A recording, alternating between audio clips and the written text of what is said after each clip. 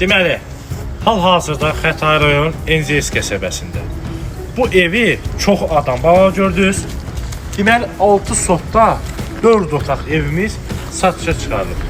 Güzəştə ev alveri adı altında şəhid və qazi ailələrini, eləcə də digər vətəndaşları dələduzluq yolu ilə aldadan, bu prosesə isə reallıqdan xəbəri olmayan tiktokerləri də cəlb edən Daşqın Məmmədovla tanışlığı barədə sosial şəbəkələrdə Barber Mirror kimi tanınan bloger Mirəhmət Seyidov açıqlama verib.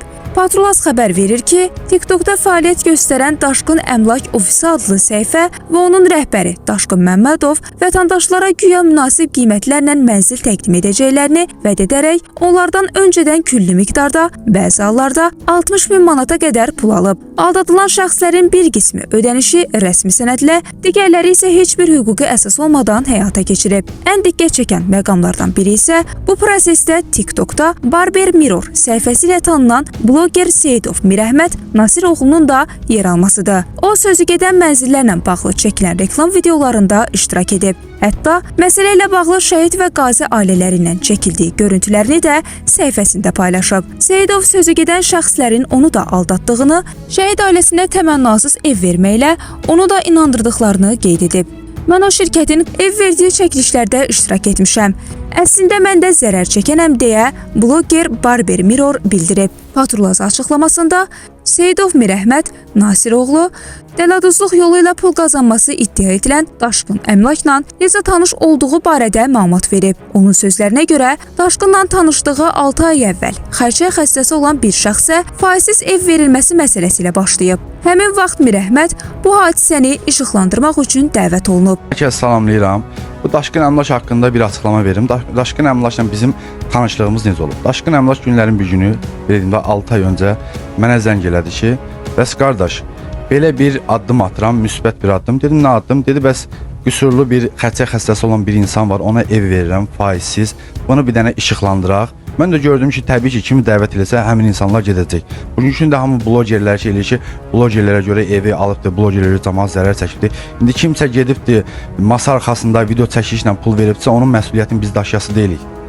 Patrulaza öz fikirlərini bölüşən bloger Barber Mirror, şəhid ailəsi ilə çəkilən kadrlar və göstərilən köməklik barədə də danışıb. Onun sözlərinə görə, şəhid anası pulu verdiyi gündən etibarən həmin evdə yaşayıb və sözü gedən ev onun adına rəsmiləşdirilib. Məhz bunu görən bloger şirkətin etibarlılığına inanaraq onların çəkilişlərində iştirak edib. Lakin 6-7 ay əvvəl Barber Mirror'un da iştirakı ilə Daşqın Əmlak Ofisinin rəhbərliyi ilə çəkilən bəzi videolardan sonra ona və digər bloger Tərlana sözü gedən şirkətin dələduzluq fəaliyyəti ilə məşğul olduğu barədə zənglər və xəbərdarlıqlar edilib. Vəziyyətdən şübhələnən hər iki bloger daha sonra onlardan uzaqlaşıb. Hətta onlar Daşqınla birlikdə iştirak etdikləri videoların silinməsini də tələb ediblər. Deyirlər ki, siz bunu tanımadan, eləmədən niyə bunun reklamını eləyin? Bu reklam deyil, bu tanıtımdır. Mən onu deyim də necə olubdu. Şəhid anasının evinə getdik biz. Deyim harda? Binədə. Binədə getdik evinə. Ananı da təbrik elədik və video kadrı da var. Mən də onu da sizə təqdim eləyəcəm. Video kadrda şəhid anası evində oturur. Pulunu verdiyi gün dərhal evlə təmin olubdur, evində də oturur.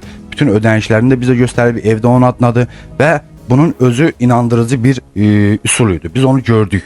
Şəhid anası bugünkü gündə də ağlayır, göz yaşları dayanmır ki, məni evimdən çıxaracaqlar. Və bunu gördükdən sonra biz gördük ki, bu insan, yenə deyirəm, o qüsurlu xərçəng xəstəsi olan insan, onun da evində getmiş, sənəddən sonra o insan da bu dəqiqə evindədir. Bizə fakt sübutu evində olan insanları göstəribdir. Və həmin ərəfədə 2-3 dənə videodan sonra bizə zənglər gəldi ki, bu adam maşinikdir, 6-7 ayın söhbətini edirəm. Bu insan maşinikdir, bu insanlardan uzaq durun və biz dərhal Tərlanla mən buna həmin insana, Daşqına biz müraciət elədik ki, bizim videolarımızı aradan qaldır, biz istəmirik səninlə bir çəkilişimiz olsun, çünki bizim özümüzə görə nüfuzumuz var. Biz dəfələrlə maarifləndirici videolar çəkmişik, biz hətta belə deyim ki, belə deyim də pis örnek olan bir videolar çəkməmişik, paylaşmamışıq, bundan sonra da istəmirik adımız pis sallansın. Mirəhmət bildirib ki, bu məsələ ilə bağlı cəmiyyət onu və Tərlanı qınıyır. Hətta şərəf və ləyaqətlərini alçaldırlar. Lakin o Daşqınla şəxsi münasibətlərinin olmadığını, sadəcə təqdimat prosesində iştirak etdiklərini vurğuluyor. Hər iki bloger vətəndaşların onları haqsız yerə qınamaqlarından narahat olduqlarını dilə gətirirlər. Bugünkü gündə görürük ki, bizim adımız pis sallanır və kommentlərdə bizə artıq əski, bizim belə deyim, şərəf və ləyaqətimizi alçaldırlar. Yəni bir insan tanımadan, eləmədən haqqında neqativ fikirlər yazmaq vallahi billahi düz deyil. Allahdan qorxun ilk öncə. Sonra da nə olubsa da bizim müvafiq orqanlarımız qanun qarşısında daşqın cavab verəcək. Kimə zərər dəyibsə o ödəniləcək, yəqin ki daşqın tərəfindən. Və bunu deyim, biz ancaq belə olubdu. Başqa heç nə olmuyordu. Bizim daşqınla bizim münasibətimiz, bir masa arxasında oturub çörək yeməyimiz, elə bir şeylərimiz olmuş. Getmişik, təqdimat olubdu, çıxıb gəlmişik. Və siz getmişsiniz, pulu vermişsiniz, tanımadan, eləmədən video çəkilişlə pul verirlər. Verdiniz video çəkilişlə bu insan sabah bir aydan sonra ölkəni tərk elədi. Kimdən alasınız? Notarial qaydada. Və burada bir şey var ki, həmin adamlar şikayət eləyib 5-6 ay bundan öncə bizə şikayət eləyəndə, biz o videonu sildirəndə həmin insanlar bu gün yox, 5-6 ay bundan qabaq ictimaiyyətə çıxıb belə bir addım atsaydılar, Xəzər xəbəri və yaxud da hansı xəbər bir portalına müraciət eləsəydilər, müvafiq orqanlara müraciət eləsəydilər, bu qədər adam da zərər çəkməzdi. Mən bunu deyə bilərəm. Allah hamının kömək olsun. İnşallah hər kəsə dəymiş zərər ödənilər. Vallahi billahi Allah şahiddir ki, bizim vicdanımız da təmizdir, özümüz də təmizlik. Nə isə də bir günahımız varsa biz qanun qarşısında, bizim ilk öncə Allahın, sonra da qanun qarşısında cavab verməyə hazırıq. Allah hamının kömək olsun.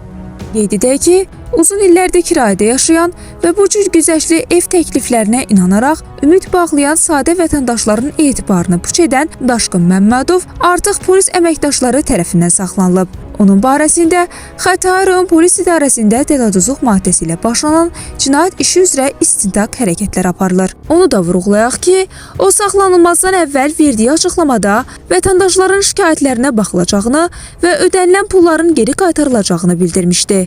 Gülbəniz Səfərova, Patrul Az.